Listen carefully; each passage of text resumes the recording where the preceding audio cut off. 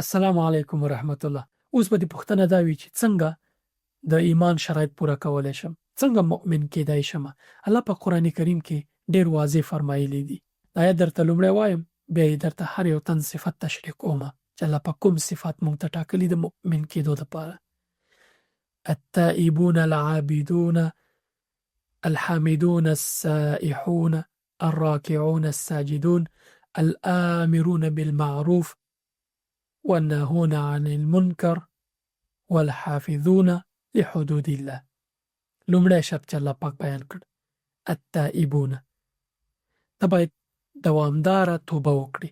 التائبون یعنی ملازم، یعنی همیشه لازمی توبه کې هر کار چې کوي ګناه توبه ورپسې کوي، دوامداره توبه کوونکي دا التائبون دي. العابدون عبادت کوونکي چې د الله پاک کوم فرایض عملونه چې موږ ته ښودلي هغې باندې عمل کول، واجبات، مستحبات، سنت، ټولو باندې عمل کول، دا عابد دی. دا کار که کوي ته عابد. الحامدون حمد و ثنا ویونکي، همیشه د الله پاک لوی بیانې، ذکر کې اذکار، ژبه په سبحان الله الحمدلله په دې ټولو باندې مشغوله ساتي.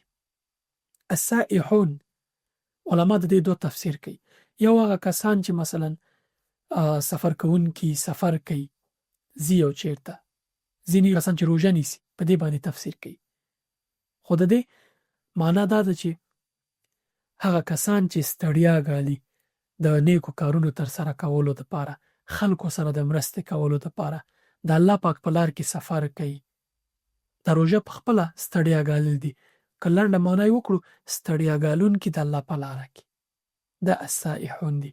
الراکعون الساجدون، دا خو پیژنې، رکوع کوونکي او سجده کوونکي، لمونځ کوونکي، هغه کسان چې په جمع باندې لمونځ کوي، هغه کسان چې همیشه لمونځ کوي. دا بل شرط. الآمرون بالمعروف والناهون عن المنکر، دا یو جمله کې لیکل شوی، خو په حقیقت کې دو شرط دي. یو هم ویلی شو که یوې کو دا ټول اته صفته کېږي، که نه 9 صفته کېږي، که یې جدا کو. الآمرون بالمعروف، په نیکي باندې سپارښت نه کوونکي، هغه کسان چې نورو ته په نیکۍ امر کوي. والناهون عن المنکر، او له بدیو خلک منع کوي، نصیحت ورته کوي، مرسته ورسره کوي، اسباب ورته برابروي چې هغه ګناه ونه کړي هغه انسان. والحافظون لحدود الله، هغه کسان چې د الله پاک حدودونه، د الله پاک هغه کوم حدود چې ورته ټاکلي د ناروا او د هر څه دپاره، هغې نه پښه نه اړوي، زیاتی نه کوي، تېرېږي ترې نه. اوس الله پاک څه وایي د دې آیت په آخر کې؟ وبشر المؤمنین، او زیری ورکړئ مؤمنانو ته. دغه شرایط چې ته پوره کړې ته مؤمن کېږي. اوس نو که تا دغه 8 یا 9 شرایط پوره کړل، الله پاک وایي چې وبشر المؤمنین، زیری ورکړئ مؤمنانو ته. هم دعا قبلوي، هم دې کړاوونه له ژونده لرې کوي. دا ټول کارونه چې ته وکړې، دغه دا حیاته شرایط پوره کړي، د لیست که ځان سره دا چې ته پوره کړي، نو الله پاک په تا باندې زیری کوي. د څه شي زیری؟ چې ته هر څه غواړې الله پاک یې درکوي. دعا غواړې، الله پاک یې قبلوي. کړاوونه لرې ژوند کې، الله پاک یې لرې کوي. پراخ مال غواړې، الله پاک یې اسباب درته برابروي. خوشحاله سکون ډک ژوند غواړې، الله پاک یې درکوي، ځکه چې الله پاک دلته په تا باندې زیری وکړو. وبشر المؤمنین، او په مؤمنانو باندې زیری وکړئ. الله رسول الله صلی الله علیه وسلم ته وایي چې زیری وکړه مؤمنانو ته، کله چې زما شرایط پوره کړئ، زم ستاسې خبره منم، ستاسې خبره پوره کوم. اوس که دغه شرایط مونږ ټول پوره کړو، په ډاډ درته ویلی شم چې د ایمان مرحلې ته مو الله پاک لوړوي، او د ژوند ټول مشکلات مو ورسره حل کېږي. دغه په د نړیواله، دا په فردي کچه هم ده او په امت په کچه هم ده. که مونږ ټول امت په سطحه باندې دغه شرایط پوره کړو، هغه برم او هغه عزت چې مسلمانانو پخوا درلود، او د دوی لازمي ده چې باید ولري، هغه بیا راوستلی شي، بیا د نړۍ تر ټولو برلاسي خلک کېدی شي. خو دغه شرایط باید موږ پوره کړو، ځکه الله پاک د دې دپاره همدغه شرایط ایښي دي چې موږ دغې مرحلې ته د ایمان ورسېږو. ټول مشکلات څه وعدې چې الله پاک کړي له مؤمنانو سره یې کړي، که موږ دا شرایط پوره کړو، مؤمنان کېږو او دغې مرحلې ته رسېږو. یعنې ورسره به زموږ له ټولنې فقر، ناامني، جهل، بې اتفاقي، کینه، دغه دشمنۍ، دا هر څه الله پاک لرې کړي. ځکه الله پاک څه فرمایلي؟ وما كان الله ليذر المؤمنين على ما أنتم عليه حتى يميز الخبيث من الطيب. الله پاک فرمایي چې الله پاک به مؤمنان په دغه حالت کې پرې نږدي تر هغې چې ناپاک او پاک سره بیل کړي. څومره ښه فرمایلي. یعنی الله پاک مؤمنان په دغه حالت نه پرېږدي چې لري تر دې چې ځانګړي خلک له ناپاکو خلکو بیل کړي سره. څوک مؤمنان دي هغه الله پاک جدا کړي، د هغوی مرسته هم الله پاک کوي.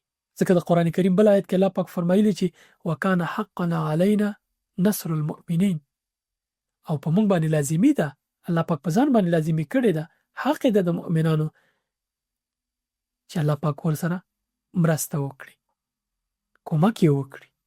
کله چې مؤمنان شو الله پاک مؤمنان یاد کړل. په بل آیت کې الله پاک فرمایي چې ولا تهنوا ولا تحزنوا وانتم الاعلون ان کنتم مؤمنین.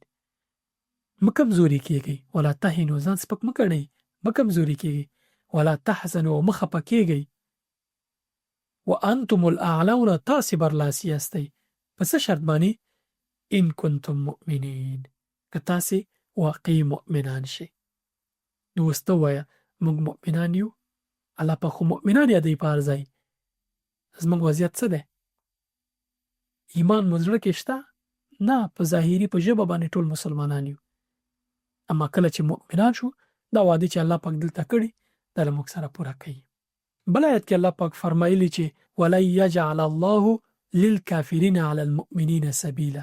الله پاک کافرانو ته په مؤمنانو باندې د برلاسه کېدو لار نه ورکوي. نو که موږ غواړو چې واقعي د هر څه ترلاسه کړو، دعا مو قبول شي، مشکلات مو له ژوند د حل شي، برلاسي شو، د ټول شیونه باید مؤمنان شو. زموږ مثال د هغه زده کوونکی دی چې کله د 12 شهادت نامه نه لري، د 12 ټولګي د حوزې او پوهنتون ته د پوهنتون رئیس ته شلۍ چې ما ته په پوهنتون کې داخله راکړه، ما لیسانس کړه، یا ما ته ماستري راکړه، یا مثال د 12 شهادت نامه نه لري، ډایرکټ ماستري سند غواړي یا غواړي چې ماستر شي. داسې کله کېدای شي موږ د اسلام مرحله نه ده پوره کړې، ایمان مرحلې ته نه یو رسېدلي، بیا وایو چې موږ ته هر څه نه راکول کېږي، موږ نه برلاسي کېږو، زموږ مشکلات نه حل کېږي، دعاګانې مو نه قبلېږي. الله پاک درته واضح ویلي ولا تهنوا ولا تحزنوا وانتم الاعلون ان کنتم مؤمنین. مه کمزوري کېږئ، مه خفه کېږئ، تاسې برلاسي یاست که چېرته تاسې ایمان راوړئ. شرط ایمان دی. ایمان ته رسېدل ډېر زیات مهم دی. موږ باید ځانونه ونه غولو، تش په مسلمانۍ باندې اکتفا ونه کړو، بلکې د ایمان مرحلې ته باید ځان حتما ورسو.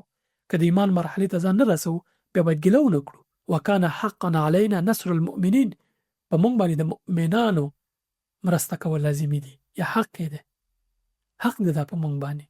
الله پاک فرمایلی مسلمانان نه دی ویلي عادي مسلمان مه اوسېږه، مؤمن شه، د ایمان مرحلې ته ځان ورسوه، چې لاس پورته کړي نه راتېږي ان شاء الله. اوس د شاید پوښتنه دا وي چې آیا مؤمنانو باندې سختي نه راځي؟ مؤمنان هر څه غواړي، قبلېږي، مشکلات نه لري په ژوند کې، کړاو نه لري؟ نه، داسې نه ده، بلکې الله پاک خپل ځانګړي بندگان مؤمنان هم امتحانوي. داسې امتحانوي چې نه پرېږدي لرې لاړ شي، بې پروا شي، له الله پاک سره فاصله ډېره شي، بلکې همیشه ځان ته احتیاج او محتاج ساتي. الله پاک قرآن کریم کې ډېر ښه فرمایلی دي احسب الناس ان یترکوا ان یقولوا آمنا وهم لا یفتنون. الله پاک فرمایي چې ایا خلک ګمان کوي کله چې وایي موږ ایمان راوړی دی دوی بل امتحانونه او ابتلا پاتې شي؟ نه پاتې کېږي، ځکه چې مؤمن لپاره الله پاک داسې بدله چمتو کړي چې په دغه سختۍ کې پې راځي، تکلیفونه کې پې راځي، هر څه راځي، او د زړه کې دا ایمان لري چې دا هر څه د الله پاک له طرفه دي، او دا ټول مشکلات الله پاک ما پرې په دې راوسي امتحانوي مې، او په بدل کې ماته جنت دی. د دې ټولو بدله داسې جنت دی چې د دنیا په مقابل کې په هیڅ باندې حساب ده.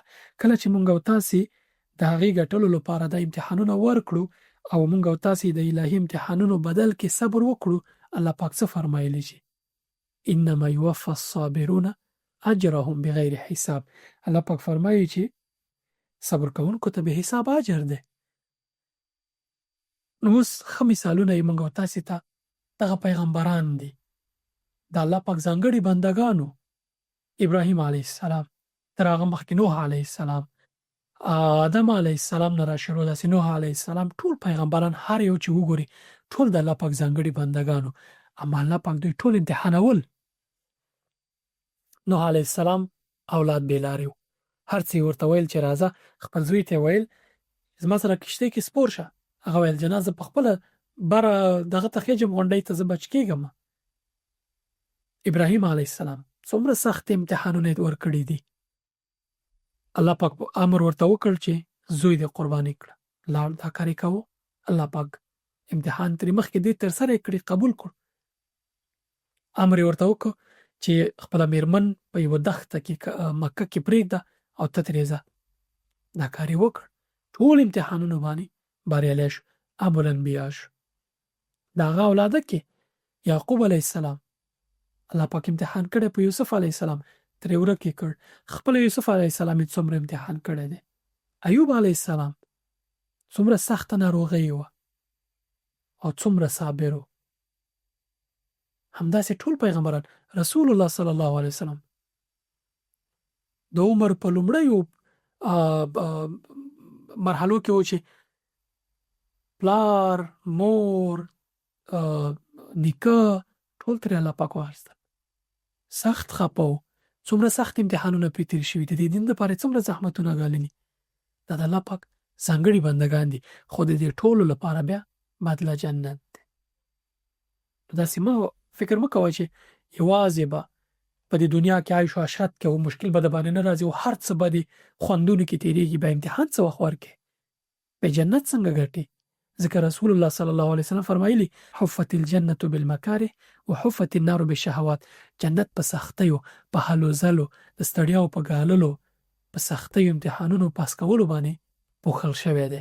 او دوزخ په شهوت باندې، هر څه چې د زړه غواړي کوي، هر څه چې ژوند کې زړه دې غواړي، خواهشات او دا نفسي ټول پوره کوي. بیا نو ته جنت نه غواړې؟ جنت داسې بدله ده چې کله ته هلته لاړ شي په جنت کې او ته پوه شي چې دغه دعاګانې دې نه قبلېدې او الله پاک ته جنت ته بوتلې د دې صبر په بدل کې چې تا کوو، د امتحانونه چې په تا باندې راتلل تا صبر کوو، او دا ټول هلته درته معلومه شي چې د دې صبر بدله څه وه. باور وکړئ چې ته به وایې کاشکې مې یوه دعا هم نه وای قبول شوې، چې نور مې مقام لوړ شوی وی. که ته پوه شي چې دا دعا الله پاک نه قبلوي ستا کله کله، د دې تر شا الله پاک ته څومره اجر درکوي یا الله پاک ته څه ټاکلي دي، باور وکړه ته به وایې چې یا الله یوه دعا مې هم نه قبلې. هر څه چې ته غواړې هماغه کوه، زه هیڅ نور شک او تشویش نه کوم. رسول الله صلی الله علیه وسلم به همدا دعا کوله چې اللهم لا تکلنی الی نفسی طرفة عین. ما د سترګو رپ په اندازه ځان ته مه پرېږده. د سترګو رپ په اندازه که دې ځان ته الله پاک پرېږدي، تا پرېږدي، ستا چارې تنظیم نه کړي الله پاک، ته ځان تباه کوې، بربادېږي.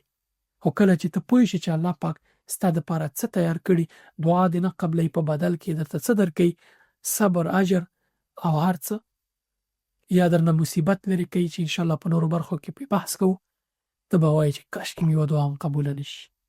نو په همدغې ډاډه اوسه چې الله پاک له بره هر څه ورته ښکاري، خو ته ډېر محدود ذهن لري، ډېر کوچنی او ډېر لنډ نظر لري، مخه دې نه ویني.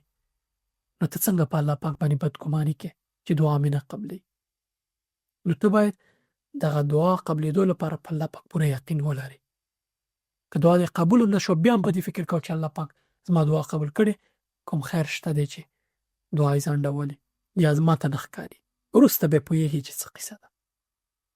السلام علیکم ورحمة الله.